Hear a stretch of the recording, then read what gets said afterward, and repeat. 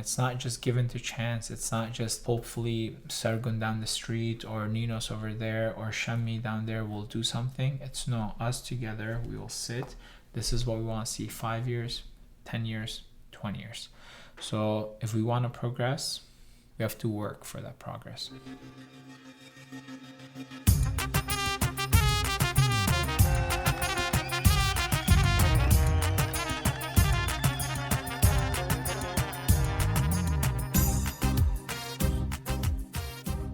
Hi everyone, Adessa here with episode 108 of the Assyrian podcast. For today's episode, I finally convinced Dr. Ashor Sworesho, who also happens to be my husband, to do an interview. Now, I haven't been chasing him down to do an interview just because he's my husband, but that he brings a wealth of experience and lessons that have come with advancing the Assyrian community here in Hamilton, Ontario. In this episode, you'll learn about how his family ended up in Malta for several years before settling in Canada, how his involvement and leadership started in the Assyrian community and how it has evolved, life as a chiropractor and business owner, and his hopes for his personal life and the community at large. I am his biggest fan, and it's because his talk matches his walk and is always looking outside of the box of how we can take the Assyrian community to the next level, while never neglecting his personal growth. A couple of quick announcements before we go to the interview. Our new and improved website is live, and you can visit it by going to www.assyrianpodcast.com. A special thanks to one of our hosts, Jesse, who has made it look phenomenal. Thank you, Jesse. Also, we have a paid opportunity that we'd like to share with you. We are looking for a social media coordinator who can help bring our social media presence to the next level. This isn't a 9-to-5 type of situation, so there's a ton of flexibility. If you're creative, tech savvy, and always up on the current social media trends, we want you. Message us at info@assyrianpodcast.com.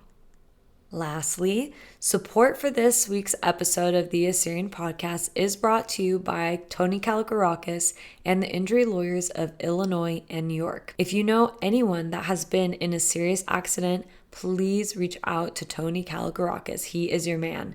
Tony has been recognized as a top 40 lawyer and a rising star by Super Lawyers publication and has obtained multiple multi-million-dollar awards. Tony can be reached at injuryrights.com or 847-982-9516. Now, without further ado, here is Ashor.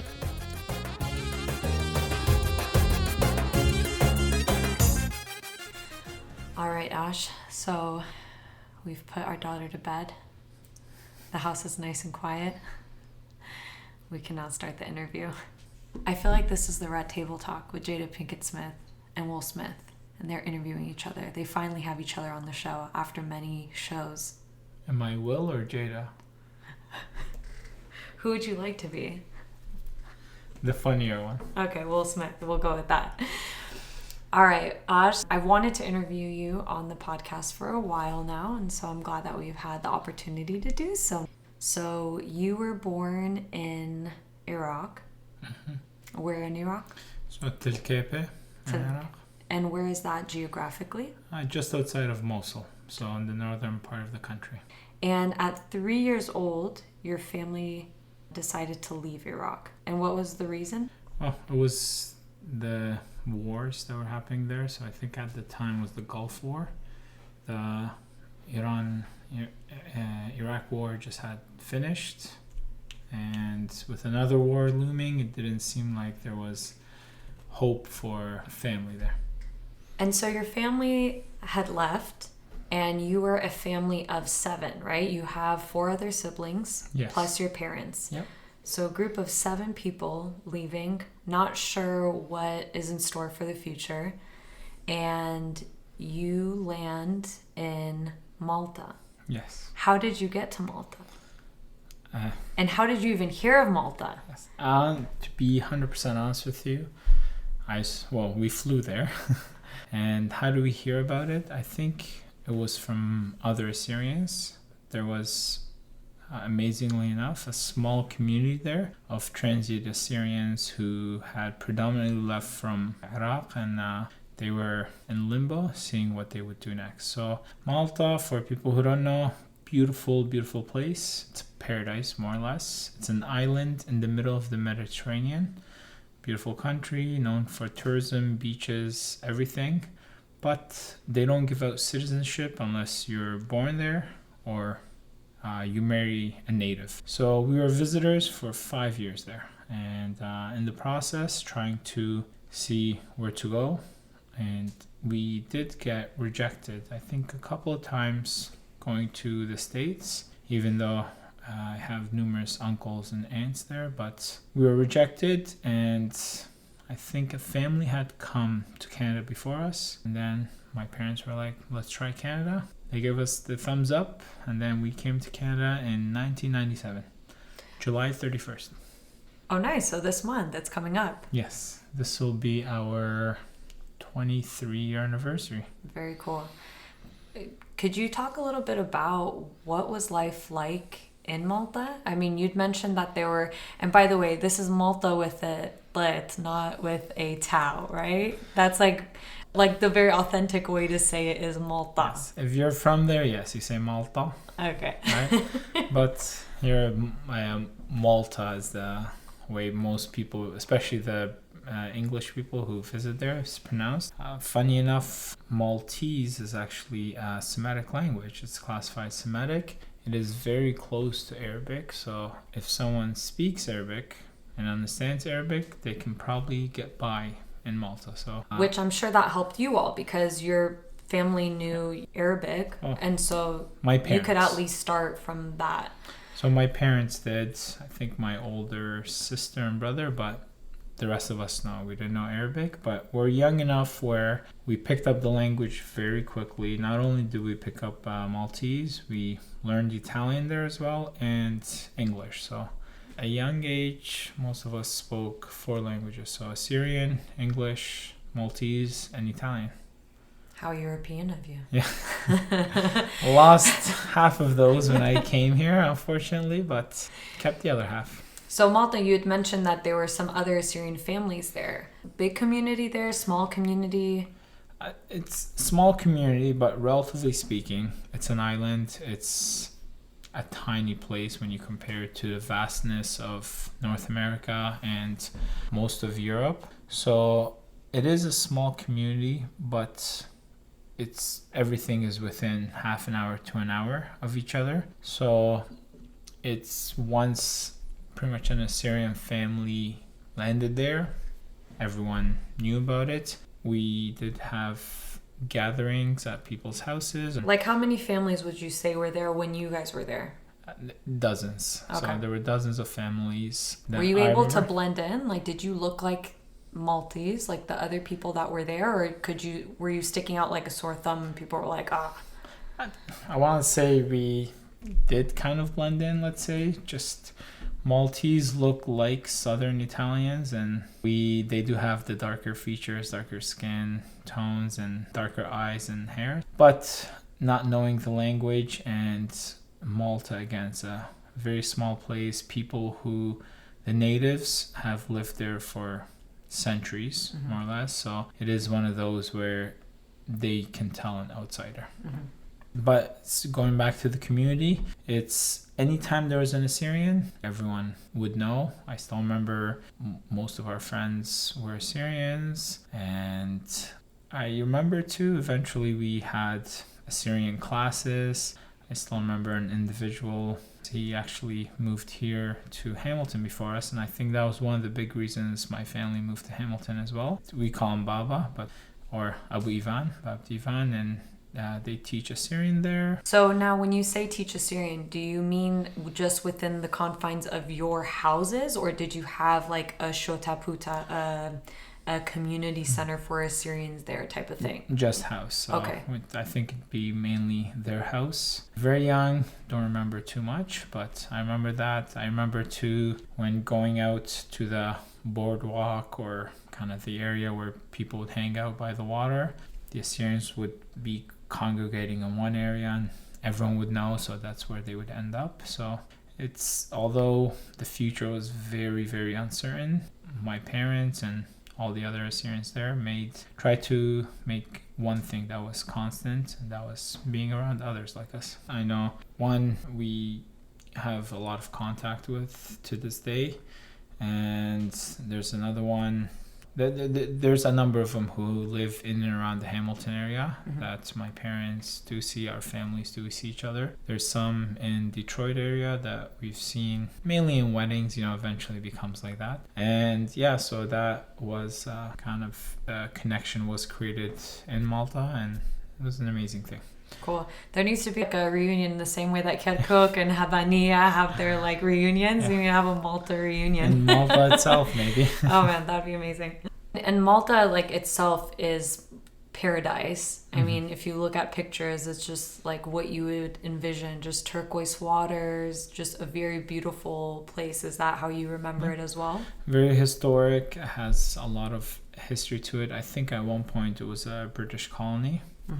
Like a lot of places in the world, but it has claimed its independence and a rich history, a Catholic country, but although heavily influenced by Italian culture, Middle East Arab culture, it has its own distinctness to it. And anyone who ever wants to visit a rich cultural place with beautiful beaches, Malta's the place to go. And we haven't gone yet, but it's on our list. Yes. All right. So you eventually found out that Canada was going to be your home, and that was sort of the next step in your family's life. And it seems like how you'd mentioned it was somebody that you knew that was in Hamilton that then guided you to Hamilton, Ontario. Do you recall you were, 8 years old? Yeah, 8, 9. Do you recall what your feelings were when you were on the flight and coming here? What had you heard about Canada? What were you looking forward to or scared? Did you think about any of that? We had the same stereotypical thoughts that most people did, where this would be a frigid place. You have like a polar bear as your pet, igloo in your backyard. I still remember we were very excited coming though. We were flying British Airways. Still remember the little chess toys inside that they actually gave at the time to every passenger. I was playing it with my siblings, and it was at the time obviously I didn't understand the fullness of what was going on, of how life was just changing forever. But looking back, it was definitely a monumental change. And honestly, I still don't understand how my parents did it, because even right now, after having a child, every day it's like, okay, am I doing the right things to make sure we're providing for us, but also laying a foundation for our one daughter at the moment, let alone we have these 2 adults who probably can barely get by in English when they came here, and 5 kids. It's like, okay, let's start a brand new life where the education we had back home means nothing anymore, and there's no job there's nothing, but let's go and let's figure it out. So I can only assume just what was going on in their heads. And just again, looking back now, it's as a child growing up, never felt that a need wasn't met. So I think that speaks volume to your parents, right? To show, like, I'm sure they were going through so many emotions of uncertainty, and especially with regards to the future. But I think holding that front to you all, showing that, hey, everything's under control, like we've, and having you all feel safe. Yeah. Like Maslow's hierarchy of needs, those needs were met for you all. When you all came to Hamilton, at what point was it that you all started the Assyrian school that was done through the Assyrian Church of the East here? School was I think was there for quite some time. It was started, but unfortunately with a lot of things, it starts strong, and then kind of as year goes, it wanes, and then kind of fizzles out slowly, right? It's unfortunate at times. It's when there isn't a full-out commitment, both from the teachers and from the parents. Then if the importance isn't placed on it, then it's not, it doesn't flourish. right? So a prime example is I still remember when I was as a student in it, sometimes the teachers wouldn't show up. There was a wedding the day before, but just as likely as the kids wouldn't show up because it's someone's birthday or just the parents didn't want to bring the kids to school, right? And it's demoralizing on both ends. If a teacher doesn't see the kids there or they have to keep repeating the same lesson, I'm sure they're not seeing their time used wisely, right? Or their time respected. And vice versa, if the kids are there and the parents are dropping off the kids, the teacher is changing every week, or they're not seeing their kids learning due to the teacher, then they may not bring their kids, and it's kind of a cycle. But the school, fortunately, was incorporated through the Hamilton Wentworth District School Board. So that's the Ministry of Education here, where the teachers were actually now employees of the school board. As in the Assyrian school teachers? Yes. So they would be paid by the school board to teach Assyrian to the kids. So that creates a sense of professionalization, right? As soon as this isn't no longer a volunteer position, it's not someone's doing it out of their goodness of their heart. So you have committed yourself to this responsibility that you will be there every single week, make sure the kids are learning, providing a safe environment, but a safe environment that fosters learning for the children. So I think it's important. Almost everything has to start on a volunteer base, but we do have to evolve to become professionals. And I think once we professionalize our nonprofits, that's when we can excel and actually expect results from our nonprofits, not just be content with the bare minimum. So I still remember one time we're at church, we're in the basement, in Hamilton. After Raza, we go downstairs, we eat, we socialize, we mingle. And after that's done, that's when usually the Assyrian school started. And that was the day that there was no teacher. I still remember. And Rabbi Kasha talked to my mom. He's like, hey, why doesn't Ashor teach these kids? And I overheard and I looked at him like, is this guy, has he gone mad? What is he, at the time I was in 10th grade. I think it was around 10th grade. Did he know that you knew how to read and write? Well, I had undergone the Assyrian school there, and he had personally taught me to especially read, and especially from Lishan Atiqa. So he knew I had a certain level of proficiency. But again, I was 10th grade, and no 10th grader is thinking, oh yeah, let me go and teach other kids.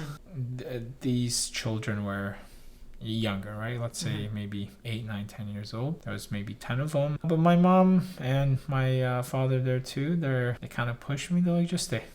I was like, what am I going to do? They're like, just start from the basics, teach alphabet, and go from there. So that first week, we went through some stuff, and then it was next week. He's like, I want you here, same time, and we'll do it again and a little more. And then it just became a normal thing. So I started helping with the Assyrian school. My parents being there, they made sure that every single week I was there. So beforehand, when I was a student, they ensured I was there every single week. I still remember, no matter what, Sundays, it's get up, go to church, and then right afterwards would be Assyrian school. No matter what, there's no questions, no matter what happened the night before, no matter how much homework we had or didn't have, or any excuse we had. Church and Assyrian school were what happened between 9 a.m. and 3 p.m. every single Sunday. To the point, I know, especially when we first came, my father worked quite a bit, odd jobs, sometimes gas station, this, that, lots and lots of hours, that to make sure that we would stay there, he'd be behind us, and every time he was there, I had to look straight ahead, because if I turned around and he was watching me turning around, I would get an earful when I got home and everything. So again, it's no child wants to spend their Sundays, or at any point probably, learning Assyrian, but I'm very, very happy that my parents sacrificed their own time to make sure that I was there. And then that led to me having enough confidence to teach children. And now we actually have, I think we have about 100 to 120 registered children, about 5 teachers, again, all funded through the school board. And we teach Assyrian every week from September all the way to June. Yeah, so the reason why I asked this question is because I think what happens here is just very unique in the sense that, Assyrian classes are taught throughout all different Assyrian communities around the world, but very rarely do I hear about Assyrian school teachers actually being compensated for their time. I mean, I think regardless, it's not like they're going into it being like, oh, I can get money for this, let me get it. But it always, like you were saying, it adds that sense of professionalization, and it's a nice way to compensate. It values someone's time, right? It says, hey, this is what you're expected to do, but as a result of you doing this, you can also get compensated. It's not a lot, but it is something. And I think that's something that's just really awesome here. And I think it also speaks to the Ministry of Education that they value students here learning more than just English, right? It's learning their mother tongue, whatever that is. So this program isn't just for Assyrian language. It's any community that wants to teach it can do it too. So Assyrian is one of them, thank God. And there are, Arabic is taught as well. I think Urdu, Serbian, Turkish, I think even Kurdish is taught. So anyone can do it. There is an emphasis placed by the Ministry of Education, especially here in Hamilton, to teach children their mother tongue. So this is all based on mother tongue, but anyone can join these classes. We have had in the past just non-Assyrian children with absolutely no connection to the Assyrian community. So it's not like they married into it and they came to the class. When we asked the parents, like, why did you come here? The mother of the child literally said, I told my child, you have to learn at least one other language. And she picked Assyrian for whatever reason. So she came for a couple of years. We had this girl who just was in our class making friends with Assyrians, learning Assyrian. I still remember when we have our end of year when we showcase what we do, she wanted to state the alphabet and some other things she learned, and the people and the parents who were there were just amazed that this child was actually wanting to learn our language. Just randomly she chose Assyrian. I'm glad she did. I think everyone learned something there. But it's thanks to the Ministry of Education here that our mother tongue is being taught to our children. So cool. Something that you said that stood out to me was the dedication that your parents had to ensure that you were going to school and church on Sundays, no matter what.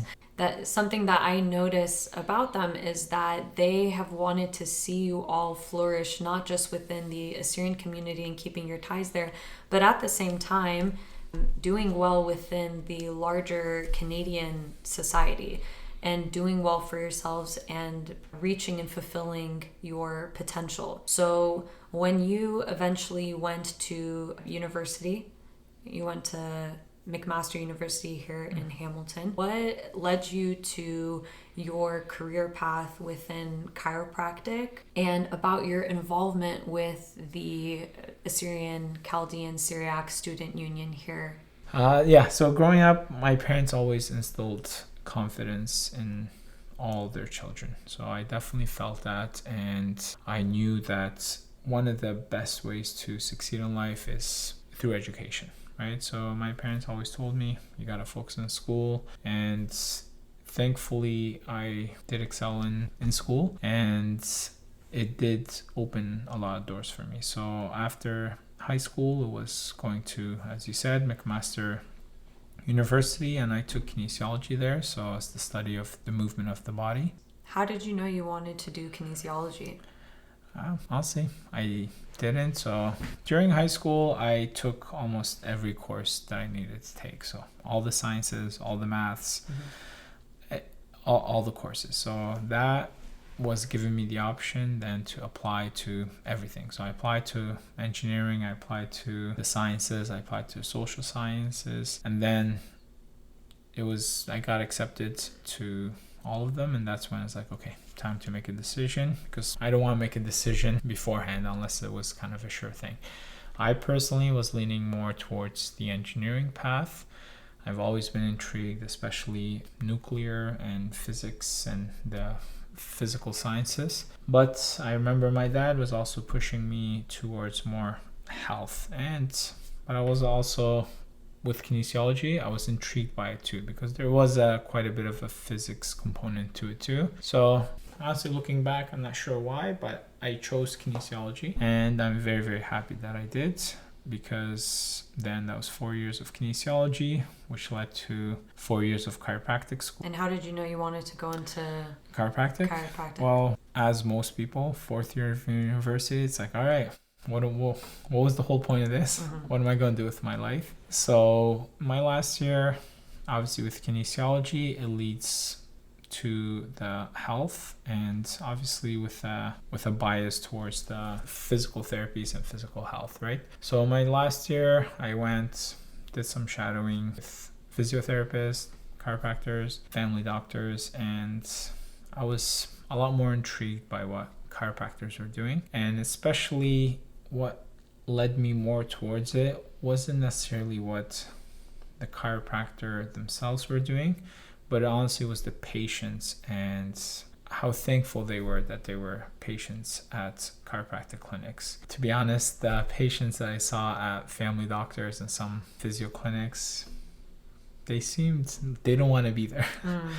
It was kind of out of obligation. It seemed just the waiting room seemed like a sad place. And just the chiropractic clinics I went to, there was more enjoyment. Like, these people wanted to be here and they were very happy to be there and to help themselves, right? And then going forward too, it's sometimes there are the stereotypes of family doctors. You're only treating the symptoms, and that's why you have to quote take a pill for life or whatnot. And sometimes with chiropractic, it's more of a preventative care, which helps everything. And again, the type of patient that I personally wanted to help is someone who is more proactive. So that's how I had viewed it, especially in 4th year university. So then I applied to a couple of chiropractic schools in Canada. There's only one English speaking school, and then there was one that was in Buffalo, which is in the States. Thankfully I got accepted to both, but obviously the one in Canada would be the one to go to. So 4 years university, 4 years chiropractic school, and then I finished. Yeah, and then while you were at McMaster, you were also involved with the Assyrian student organization that was there. What was that like? To be honest, probably the most life-altering decision that I have made in university was being involved with AXU. So that's the Assyrian Chaldean Syriac Student Union. With AXU, I met many like-minded individuals, many Assyrians who shared the same passion that I did for Assyrian culture, Assyrian language, Assyrian everything. And it helped me to, along with other people, to kind of expand what I see as Assyrian. So before AXU, to be honest, my Assyrianism was church on Sunday and then the Assyrian school afterwards. Which also probably meant that you only knew the Assyrians that went to your church and not so much those that would maybe go to other churches or no church at all? For the most part, yeah. So that's the sphere of my Assyria was at the time, right? AXU had changed all that, and not just the people, but also what was or should be important to Assyrians. So again, beforehand, what was important to me as an Assyrian was Christmas, Easter, all these more Christian-based traditions for Assyrians, right? Before, again, university and AXU, Seifo wasn't something that I knew a lot about or even spoke a lot about. The 1915 genocide. Yeah, so the 1915 genocide of Assyrians wasn't something that I was well versed on. And similarly, the Semele massacre was, but that's only because my mother was from Semele. So we did hear a little bit about that. But again, it was small compared to what we as Assyrians should remember from Semele. Right? Similarly, the important people who birthed the Assyrian nationalism, I'd never heard of them before. Freydina Toraya, Ashor Yusuf, Noam Fayer. These all became part of what I consider important to an Assyrian after I joined AXU, after I was introduced to certain people, certain events, right? So honestly, AXU has changed my life quite a bit. And it also was an amazing avenue for us as Assyrians to try different things to, one, not only preserve, but to help expand on our Assyrianism. So as an example, one of the things we did was in our university itself, in the cold November of Canada, we would actually sleep outside for a week to relive life of a refugee, predominantly an Assyrian refugee, and we'd raise money from the student populace there. I think it was done total 4 or 5 years. And also, these are done just strictly by students. If you count up all the money that was raised, well in the 6 figures. Wow. That was donated over the years, or during over the years. That was donated back to Assyrians in Iraq and Syria, which were the most needy at the time. And wasn't one of the years that Canadian organization matched that money? Yeah, so one year the Canadian government was matching dollar for dollar anything that was sent to help, anything that was donated to a charity that was helping on the ground in Syria. So anything that we donated, I think that year was, around 20 something thousand. So the Canadian government matched that as well. So another 20 something thousand was sent to help Assyrians. It was actually amazing that AXU itself, especially when you go to the branch level, so it was different universities were working together. But I still remember McMaster has a sizable Arab student population, and they would be amazed at what us as Assyrians, honestly, there would maybe be a couple dozen of us maximum, and that even less that would be fully active within AXU, that what we were doing. And to us, it was showing that what even a small amount of people can do with enough drive and enough commitment. Throughout the years, it has helped me learn how to organize events. Going to school at McMaster taught me what I needed to know to be a good, quote, kinesiologist and a good chiropractor. But honestly, with AXU, it taught me what I need to be a good friend to the people around me, a good team player, and a good way of thinking outside the box to help with such a grandiose idea of Assyria. Listeners, I don't think should take it lightly of what AXU has done and how long they have been established for. They are arguably one of the longest standing student organizations. I think yes, and definitely in North America. Yes, yeah. I want to say yes, and just not just as students, and I think just as an organization itself. One other thing, it's just as an organization, we should always lend a hand to people who are youth or students, right? These are the years when people should always be pushing boundaries. And when it comes to younger people, as I was at one point, our thoughts are never as developed, right? So we're always experimenting, trying this, trying that. And I see that now too, people who are younger, but they should have our 100% support. Not in the sense that we will support your every decision, but we will support you in trying to find the truth in that decision. So that's why even now I always have a soft spot for AXU. It has, and just in general, any youth or student group, it helped me develop quite a bit. And it's the ways it developed was sometimes making mistakes and just sometimes learning the hard way. So even today, no matter what, as much as I can, I will help, and not necessarily to tell people what to do, but to help them find their truth.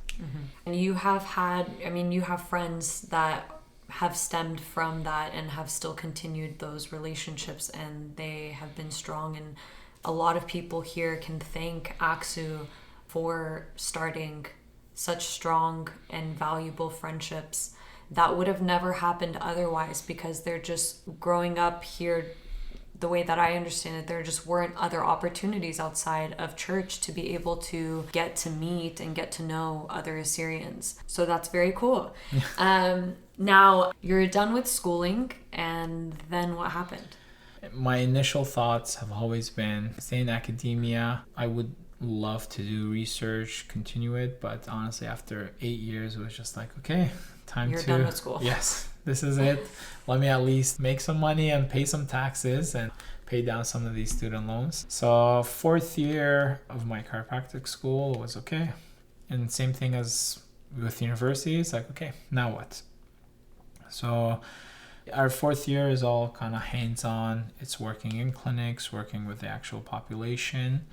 And my whole goal with that was go back to Hamilton, find a place, and work there. I still remember we graduated in June. And right before graduation, there was, with any student, you get emails, oh yeah, there's this opportunity, there's that opportunity. One of the emails was opportunity in Hamilton. So I clicked the email, and it was a woman who was retiring. So she wants someone to take over her clinic.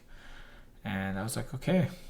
In my head, this is obviously, why would anyone pick a recent grad? But I applied with the thought of, let me just see how the process is. So I applied, went to the interview.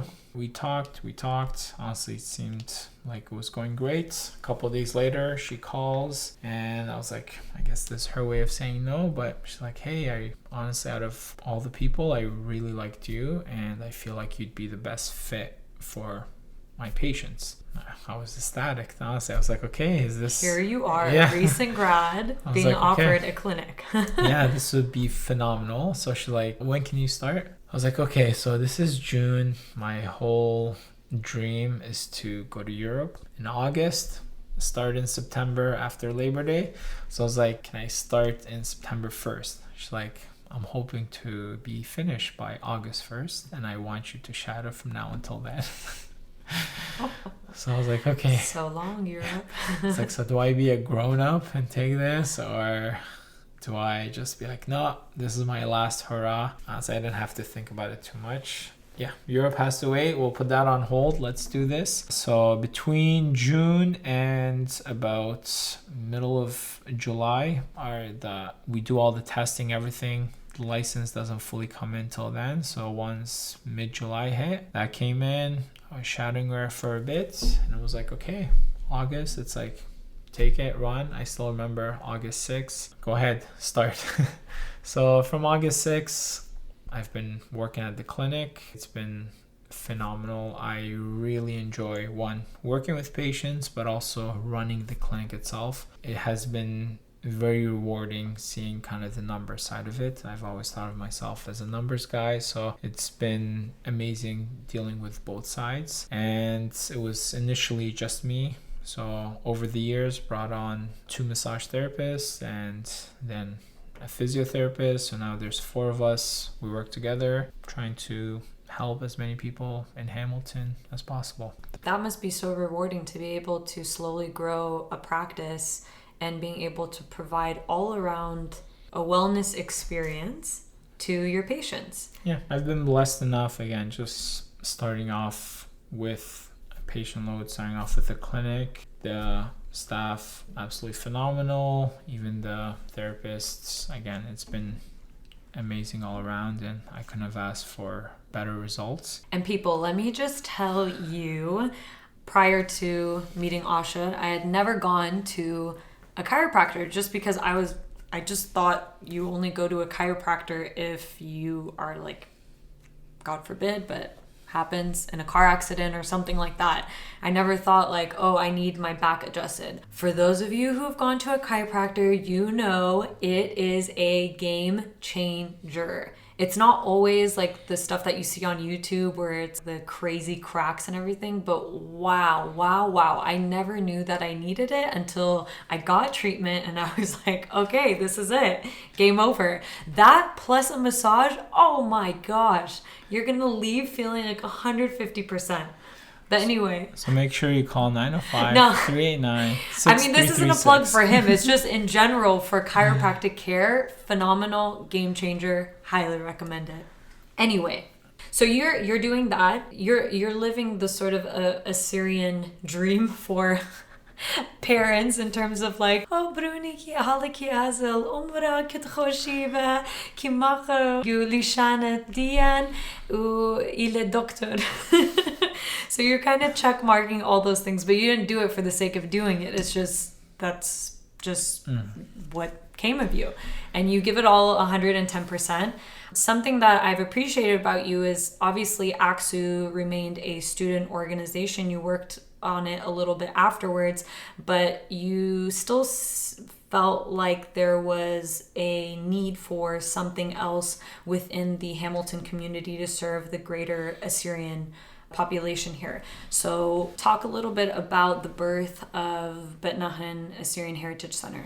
One, I think, quote, sin the Assyrian community has is the word youth, and it can be quite elongated to yeah, what is defined as youth within the Assyrian realm? Is it 30? Is it 35? Is it 40?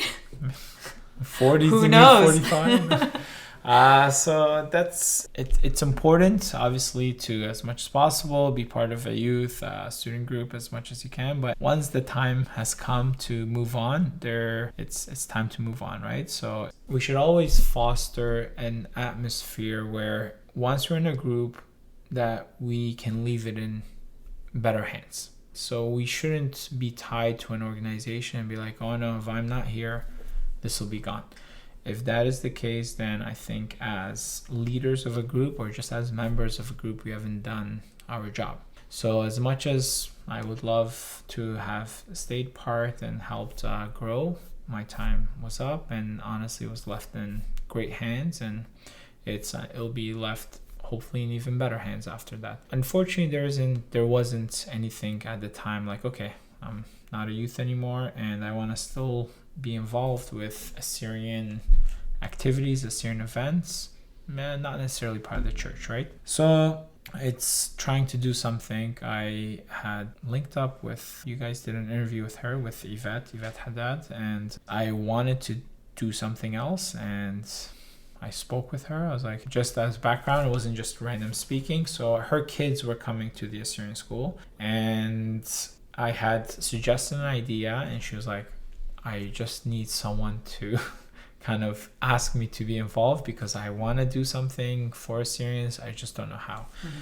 So then at the time, it wasn't anything formal, but it's like, let's just organize an event and something for all Assyrians, right? Eventually it was formalized into the Bet Nahran Assyrian Heritage Center, but the event was for the Assyrian school. We'd celebrate Nusardil, right? So for the kids, we'd organize a barbecue, some water balloon fights, just spraying each other with water. And the idea was, this is amazing, right? It's a great tradition that we've done for God knows how long. And one issue that I think Assyrians have is we have an amazing culture, amazing traditions, but we keep it to ourselves, right? It's like, oh yeah, I know who Assyrians are. I know Assyrians are amazing. Look what we do here. We don't share it with the non-Assyrian community. So it was like, okay, this is something amazing that we can do. And this is something that I can foresee a lot of non-Assyrians would also enjoy celebrating with us. So it was like, okay, here's Nusardin.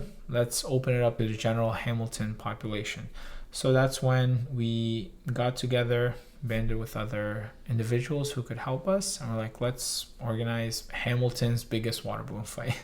So we wanted to make it something that would attract non-Assyrians. So it was the Festival of Nusardil, Hamilton's biggest water balloon fight. That was Bet Nahran's first big event, and it was like, let's take this run. It has done for 4 years now. This year would have been the 5th year, but Corona got in the way, unfortunately. So I think next year will be the 5th annual, let's say, and hopefully bigger and better than ever. But Nahrin was a way for anyone who wants to still help the Assyrian community to not only preserve but promote Assyrian culture to be able to do it. Right, so it's essentially like the Shotaputa here in Hamilton area, which is needed anyway. Like every community, it's needed, and so it just was a matter of taking the initiative to move it from a concept into an actual organization. Much has happened since then. There have been opportunities through the province of being able to fund positions for interns and summer jobs for students that have been able to work with the organization. You've had a lot of part within that. Weren't you the one that found the grants, or was that someone else? So Canada has this amazing grant for the summer. It's a way to employ students and youth. So anyone under 30. So according to the government of Canada, if you're 30 or under, you're a youth. So they have grants to help nonprofits to pay the salaries of under 30 individuals to work for the summer months. So this initially was mainly geared towards people, you have university, you're done for the summer, what do I do? So this would be a way to get you working. So we applied for those grants. I think the first time was about 4 years ago,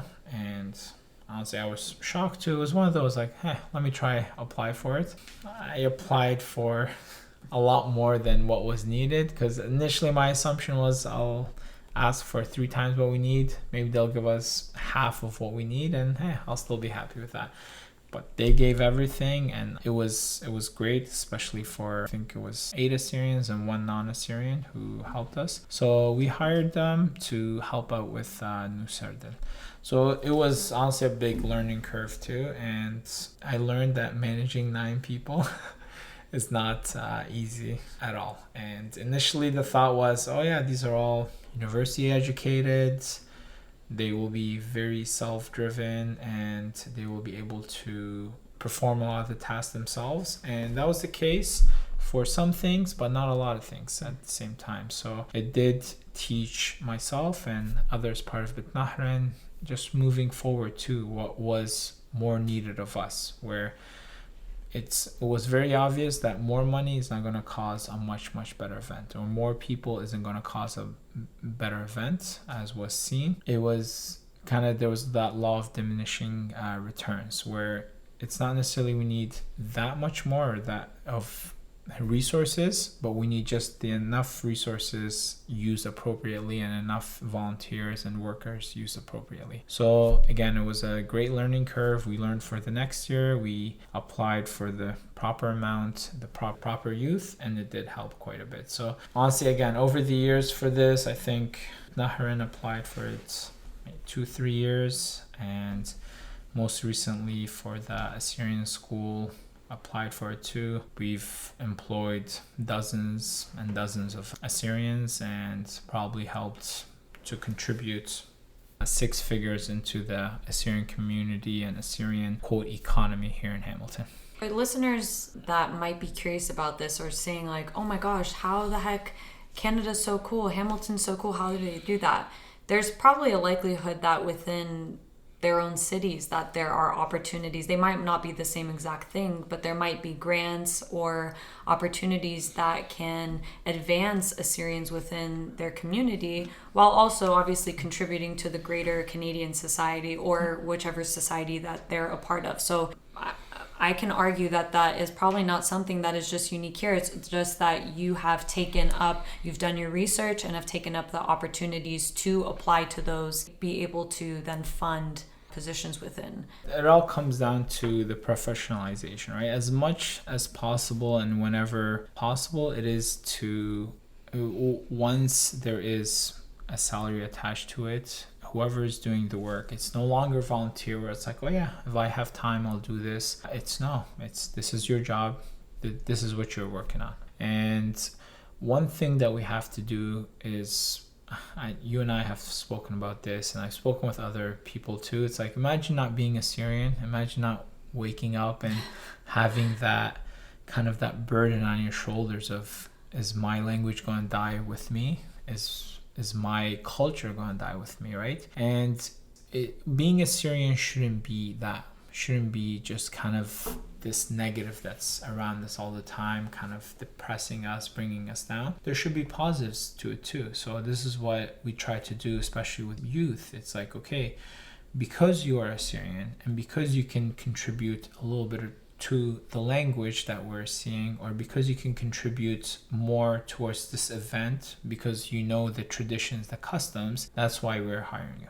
That's why you can contribute to this event. So being Assyrian should be rewarded, should be a positive, and that's how we should all work towards. You maintaining your language, you maintaining your traditions. It's beautiful to ourselves culturally and adds to who we are, but at the same time, it will benefit you within your own friends, within your community, and hopefully within a career. Yeah, that's what I was going to ask. Why is any of this important? Why? Well, now... Why is it important to you? Being Assyrian has been tied to who I am. I would not know if tomorrow I woke up, it's like, okay, you don't have to do anything for Assyria or Assyrian related. Honestly, half of my day would be just, I'm not sure what I'd do with it, right? So you take it as a responsibility. It's a huge responsibility, and I think it's a responsibility given to me by my parents, and I think to them from their parents. And it is a responsibility of every Assyrian to, as much as possible, to maintain this culture. So one thing I think why though? What's important about the culture? Why is it important to keep it? So how I see it, one thing we have to think of is me being here, you being here, shows the resilience of Assyrians. So what do I mean by that is every Assyrian today alive and propagating Assyrianism is a survivor of what ISIS was trying to do. And before that, every Assyrian today survived the Anfal campaigns by Saddam Hussein when he tried to get rid of Assyrians and their villages and everything. And at the same time, again, we're survivors of Semele when they tried to wipe us out again and massacre us. They weren't able to. We're alive today. And same with Seifo and the Assyrian genocide, and even before that and before that. So us being alive today, being able to just even say we're Assyrian and maintaining our traditions has been as a result of not giving up.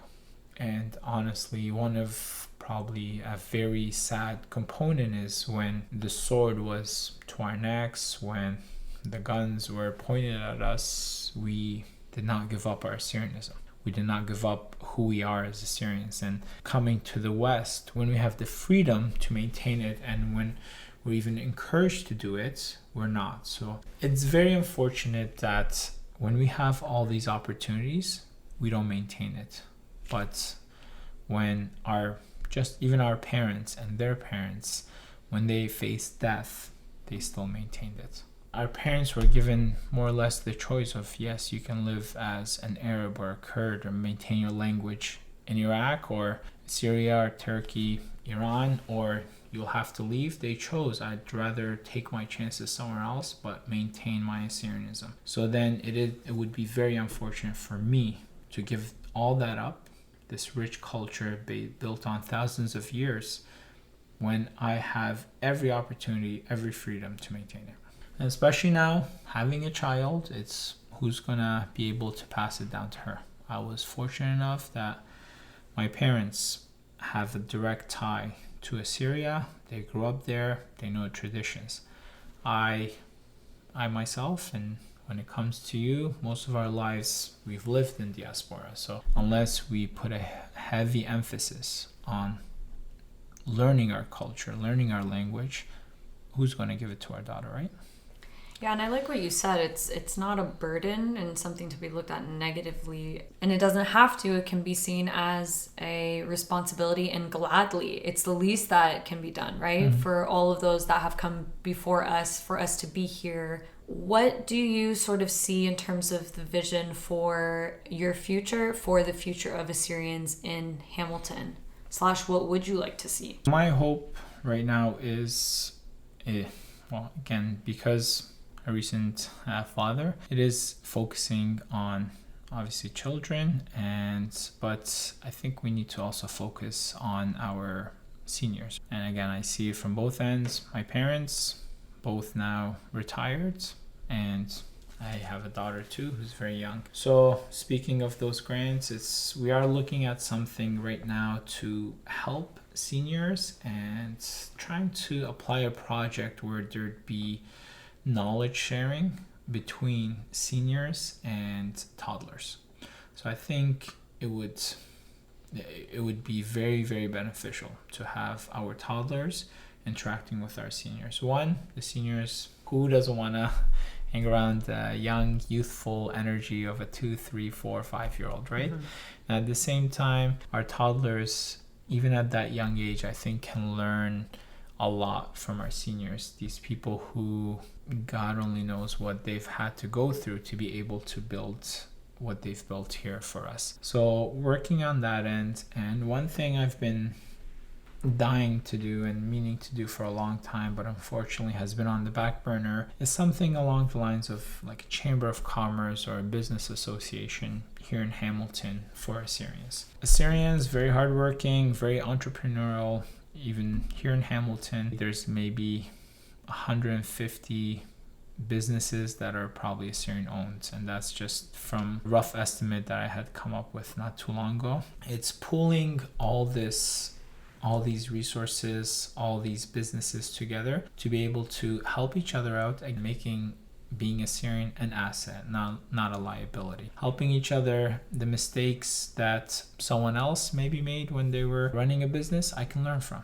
They can mentor me, and vice versa. If anyone wants to learn from me, I can mentor them as well or help them as much as possible. Any networking, honestly, between like-minded individuals will always be very beneficial, and anytime an Assyrian prospers, it's good for the entire community and the entire nation. So I'm really hoping by the end of this year to get something down, regular networking between business owners here in Hamilton, maybe even have somewhat of a yellow pages, but for Assyrian businesses, hey, I need my car fixed, and like a business directory. Yeah, something along the lines, because I think most people here would find that very beneficial. So those are the two goals I'm really hoping to work on. Being part of the Assyrian school, that's a constant. That will always be there, I think, actually for quite a bit. But these are the two new avenues I want to work on.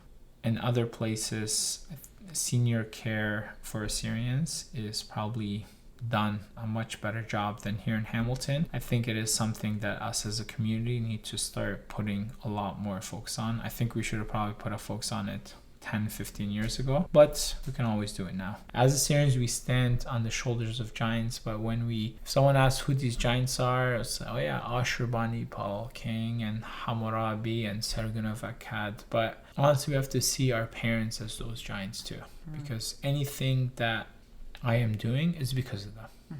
I would not be half the person I am unless my parents were there for me. And going back to it, just if we recall what our parents or our grandparents had to get through to give us this life, the treacherous track they had to take, and just the ambiguity of what's happening next, they were willing to take it all for us, right? We have to acknowledge that, honestly, and at the very least, it's help them through their senior years with dignity. And I'm sure all of them have done this with a hope of maintaining their Assyrianism in old age as well. So the least we can do is try to help them in that case. So a dream would be something for any senior Assyrian here in Hamilton that they want to connect with other seniors. It would be phenomenal, but we'll take baby steps right now and hopefully get the foundation laid for that. That's wonderful. I hope that all of those are able to be achieved. Of course, they cannot be done without the help of others. And so also, if there's people that are listening that are interested in doing that, or if those that have been successful in those areas, sharing knowledge amongst each other is helpful to know what went right, what went wrong, so that people, don't have to make the same mistakes. You'd mentioned that one of your also personal goals is caring and thinking about your future as it pertains to children. Imagining that Inuma and, God willing, our other children listen to this years from now, what is one thing that you'd like to tell them? It's at the risk of being very cliche. Honestly, having a child is life-changing. It is. Honestly, yeah. Just having that child was very different. When you gave birth, just holding that child in my hands and just be like, okay, this is who I will be doing. Everything I will be doing in the next 20, 30, 40, 50 years will be for this child. Even now, waking her up in the morning, where when she looks at me and just gets that smile, it's your life is in my hands. Anything I do right now is for you. So what I hope to do, it's leave something behind for my kids. And it's not just leaving material things, but it's leaving the life lessons. The emphasis on the family, making sure to the emphasis on morals, and the emphasis on Assyria and being Assyrian. It would break my heart, honestly, if my kids didn't speak Assyrian to me. So that's one thing that I always try to emphasize too. I know that not speaking Assyrian doesn't make you less Assyrian, but at the same time, if you have the opportunity to learn and you've had the opportunity to learn, you should take that, and you should be able to speak it if you've given every chance to learn. So that's one thing. And another thing, as I said earlier, I want my kids, plural if God wills, to see Assyrian as an asset, to be able to be proud of who they are, and to not undergo the same trials that we had to go through. So my parents, again, they helped their children, so myself included, not go through the trials that they went through. The trials they went through were Arabization, Kurdification, persecution, religious persecution, and they did everything that we wouldn't go through that. And that's why we live in this country where we don't have fear of Arabization, Kurdification, and religious persecution. Obviously, we have other trials to go through. So I want the trials that I grew up with here, I want to make sure my daughter doesn't have that. So finding Assyrian, one, sometimes as a liability, or even being questioned on who we are, right? How often do we walk and people don't know who Assyrians are? Or worse yet, they question even the validity of an Assyrian. I want to ensure that my daughter grows up in a world where no one questions what an Assyrian is. And then same thing, I hope then that lays a foundation for her to build a better Assyria for her kids, and so on and so forth. So yeah, it reminds me of something that Assyrian News posted the other day. That was a quote by Achiqar the Wise that said, "While a shoe stays on your foot, walk with it on the thorns and make a road for your children and your grandchildren." I think that summarizes it pretty well. Last question. We always ask our guests, if you had one thing that you could say to all of our listeners listening from around the world, what would you say? One thing that I would like to say is just cut some slack. It's one, cutting some slack to our parents and maybe the older generation too. I've, like many others who are first generation, I've heard, our parents, and sometimes that mentality that they have that was instilled and in some form, especially in the Middle East, that was brainwashed into them, it is very difficult to change. But we have to cut them some slack of their wanting and to come here for a better life and to seek that life for their kids. And at the same time, we have to cut some slack to each other. I've personally gone through this through the nonprofits, through the groups that I've been part of. I've been guilty of it, of seeing someone else as, why aren't they doing this? Why aren't they wanting this as much as me? Why aren't they working as hard? But again, we have to cut them some slack. Everyone's going through their own trials. Everyone's doing their own thing. God knows what they're going through at home, personal lives, whatever it is, right? So, but just being there for another Assyrian, loving them, is what we need to do.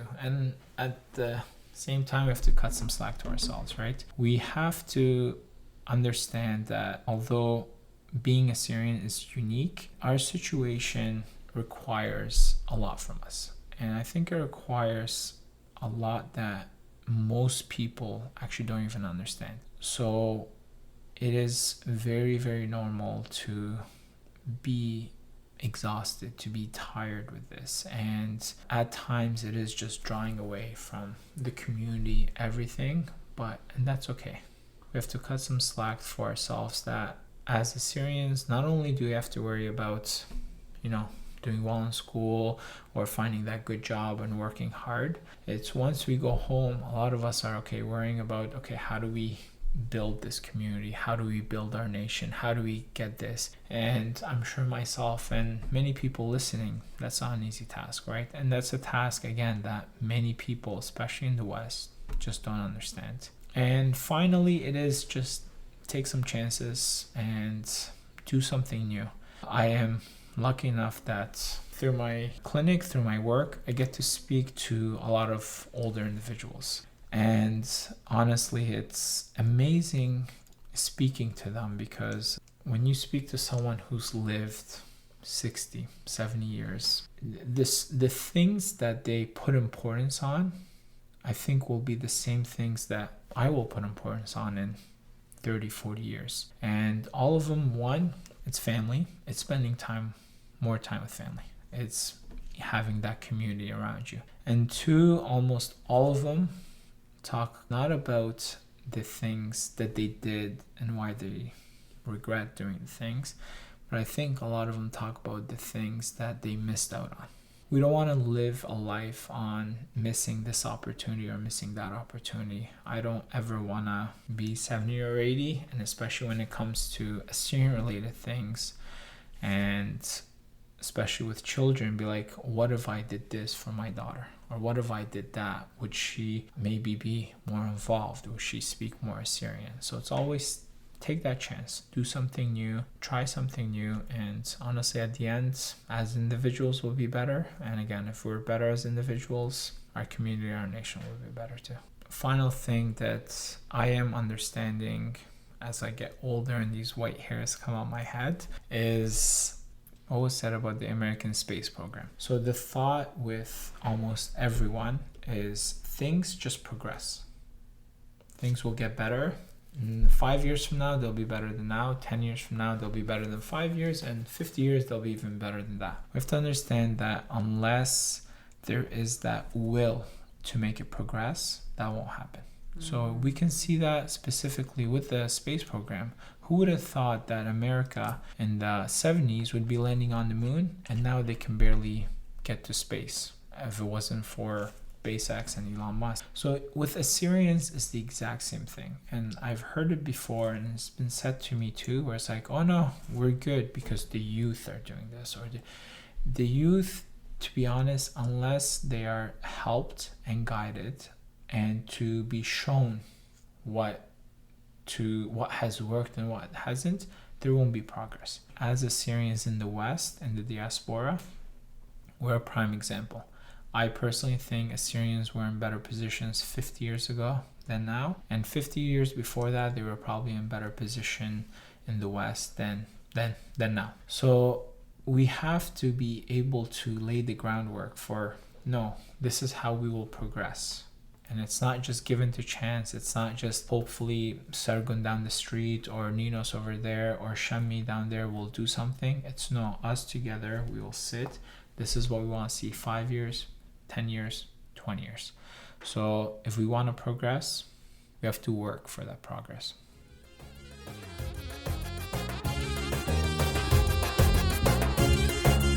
Thanks for listening. We produce new episodes every Tuesday, so if you love what you hear, subscribe to us wherever you're listening to this, and we'll see you next week.